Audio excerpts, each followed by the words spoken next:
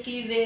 Group B और group C की जितनी भी वैकेंसी है वो उसके जितने भी एग्ज़ाम है यूपी ट्रिपल एस करवाने वाला था। तो इसी के संदर्भ में जो एक धरना प्रदर्शन रखा गया था शक्ति भवन में लखनऊ में। तो सबका सवाल ये आ रहा था कि उसका परिणाम क्या हुआ, परिणाम क्या हुआ जो धरना प्रदर्शन रखा गया था। तो उसका सबसे बड़ा ड्रॉबैक तो ये रहा कि जितने भी वहाँ पे लोग गए हुए थे, स्टूडेंट्स गए हुए थे, वो मुश्किल से 300 से 400 स्टूडेंट्स गए हुए थे। और इतनी बड़ी संख्या में जो बच्चे एग्ज़ाम देना चाह रहे हैं या फिर जो एग्ज़ाम दे रहे हैं उसके कंपेयर में 300-400 एक बहुत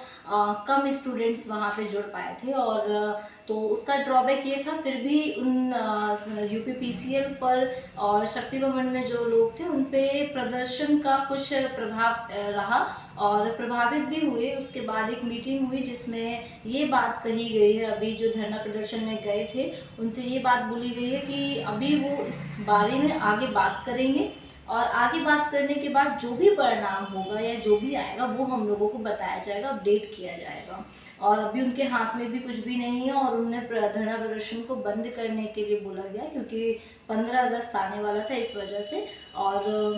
अब इसका परिणाम क्या होगा ये वो खुद बताएंगे, ये बात आगे तक पहुंचाने के लिए उन्होंने बोला है। लेकिन इसका परिणाम जो भी हो हमें अपनी तैयारी को बेहतर तरीके से रखना है और बढ़िया तरीके से रखना है क्योंकि प्रशासन जो भी करेगा उसको ही, लेकिन फिर भी हमें अपनी तैयारी बेहतर तरीके से रखनी है। और हमें ये मानकर चलना है कि वर्स्ट से वर्स्ट कंडीशन में अगर गवर्नमेंट ये रूल ले आती है, यूपी ट्रिपल एससी ही एग्ज़ाम करवाता है, तो हमें अपनी तैयारी प्रिपेयर रखनी है क्योंकि उस कंडीशन पे हमें पैड देना ही होगा, उस कंडीशन पे हमें यूपी ट्रिपल एससी के ही भरोसे रहना होगा, उसी के द्वारा करवाया हुआ एग्ज़ाम जो होगा वो हमें देना होगा। तो अपनी तैयारी को बेहतर रखिए और असफलताएं और जितनी भी परेशानियां हैं वो आती हैं, लेकिन हमें अपना प्रयास जारी रखना होगा और हमें अपनी मेहनत को और हमें अपने जो भी हम अभी तक तैयारी कर रहे थे उसे इतना बेहतर तरीके से करके रखना है कि गवर्नमेंट किसी भी तरीके से एग्ज़ाम दे दे, हम अपने एग्ज़ाम क्वालिफाइड कर पाएँ। अगर वर्स्ट कंडीशन मानकर भी हम चलते हैं कि ये नियम अप्लाई हो जाते हैं, रूल अप्लाई हो जाता है, तो उस कंडीशन में हम क्या करेंगे? जो 300-400 लोग वहाँ पे जमा हुए हैं, क्या वो पूरे प्रशासन को उस समय पे बदल देंगे? और अगर ये नियम जो लाया गया है